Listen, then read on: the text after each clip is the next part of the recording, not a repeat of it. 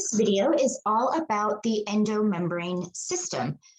As I mentioned in the previous video about eukaryotic cells, they contain organelles, which are these membrane-bound compartments that they have their own structure and function and molecules inside them that help them carry out their overall job. And these organelles, a lot of them, their job is related and dependent on other organelles doing their job correctly. And so these organelles are located in close proximity to one another and arranged in such a way that there's this steady flow of information, from the nucleus out to the cell. And these vesicles can deliver different molecules to wherever they need to go in the cell. So we refer to this collectively as the endomembrane system. So because the endomembrane system involves organelles, you can say that only eukaryotic organisms have an endomembrane system. And so again, the overall purpose of this system is to make all the molecules that the cell needs and to deliver those materials where they need to go. So we're going to talk about the nucleus and the ER, the Golgi, and then some of the other organelles involved in the system.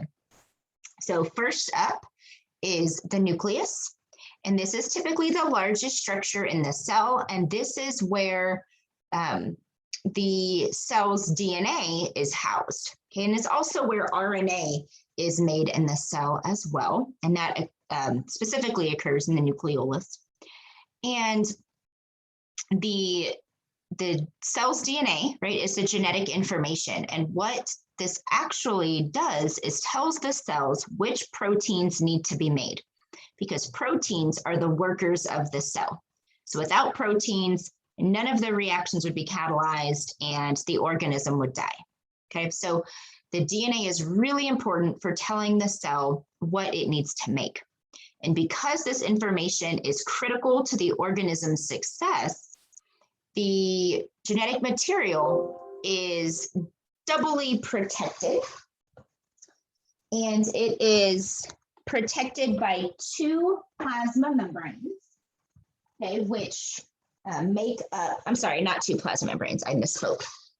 They are made up of two phospholipid bilayers. And collectively, we call those two phospholipid bilayers the nuclear envelope. And the nuclear envelope does contain pores so that very specific molecules can enter or exit the nucleus. It's a very guarded area because, again, we don't want anything gaining access to the genetic material.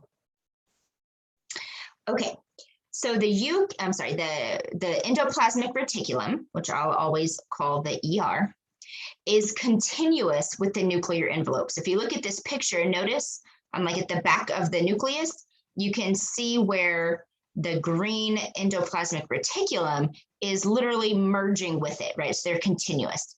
You can also see 2 points where the ER is continuous with the nucleus. And this is because the nucleus contains the genetic information that we need to make all the proteins and things for the cell to survive. Well, the ER is a site of biosynthesis, which means this is where a lot of those macromolecules that we need to live are made. So the ER is where proteins and carbohydrates and lipids are produced. So there are actually two regions of the ER, the smooth ER and the rough ER. The rough ER is called rough because it's studded with ribosomes. So whenever people first saw this under the microscope, they said it looked like it would be a rough surface if you ran your finger over it, because again, it's covered in ribosomes. And ribosomes are protein-making machines. So the rough ER is predominantly responsible for making proteins. The smooth ER is where carbohydrates and lipids are made, but it also has a small role in detoxification from harmful drugs. My dog Kane has seizures, and I used to have to give him phenobarbital to prevent them. But it turns out that drug is harmful on the liver. And so in order to process these drugs and break them down so that it wouldn't harm him too much, Kane would actually have more smooth ER than my other dog, Kaya, who doesn't take these drugs, right? So they've actually found that cells that need more smooth ER actually produce more smooth ER. So I thought that was pretty snazzy. Okay, so that is the role of the ER, to make all the macromolecules that we need. Another word for that is biosynthesis. The next organelle that we're going to talk about that is part of the endomembrane system is the Golgi complex. Some people call it the Golgi apparatus. I just call it the Golgi. So the Golgi is going to receive all those molecules made from the ER, and it is going to modify them and kind of put the finishing touches on them. And then it's going to ship those molecules out to wherever they need to go in the cell. So a lot of people compare the Golgi to like the post office, right? They make sure you have your stamps and your zip codes, and then they deliver it, all your mail and packages, to wherever it is that they need to go. So that's what the Golgi does. Now I want to go back, go back to that first slide. I'm not sure if it's still sharing or not. Please hold. There we go. So looking at this picture here, you can see the nucleus, the ER, which is continuous with the nucleus.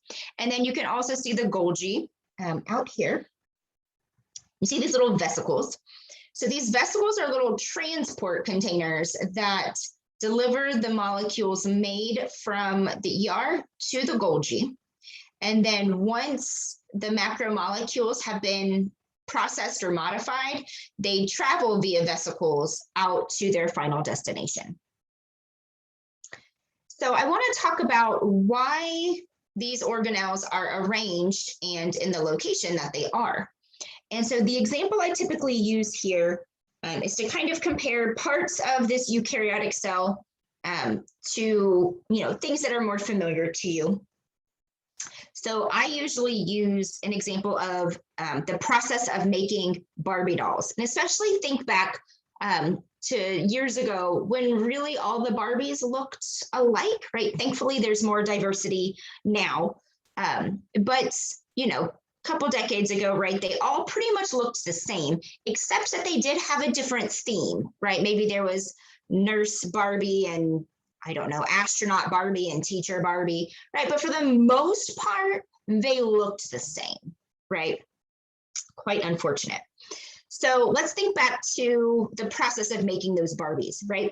So it all starts with like an idea or a sketch, right? Something that says, this is how tall Barbie's gonna be. This is how long her legs are, her arms are, her head is, right? She has these dimensions. So the blueprints are all the details of what needs to happen to make a Barbie. Well, that blueprint is like what happens in the nucleus, right? The genetic information is the blueprint of the cell. It tells the cell what it needs to be functional. But the person making that sketch is not the same person, right, working in the factory, mass producing Barbie doll bodies, right? So that's actually what's happening in the ER. They're making all the individual parts for the Barbie and they're assembling Barbie. The ER is kind of like a factory, right? Just mass producing these macromolecules, just like factories mass produce these generic plain Barbie doll bodies.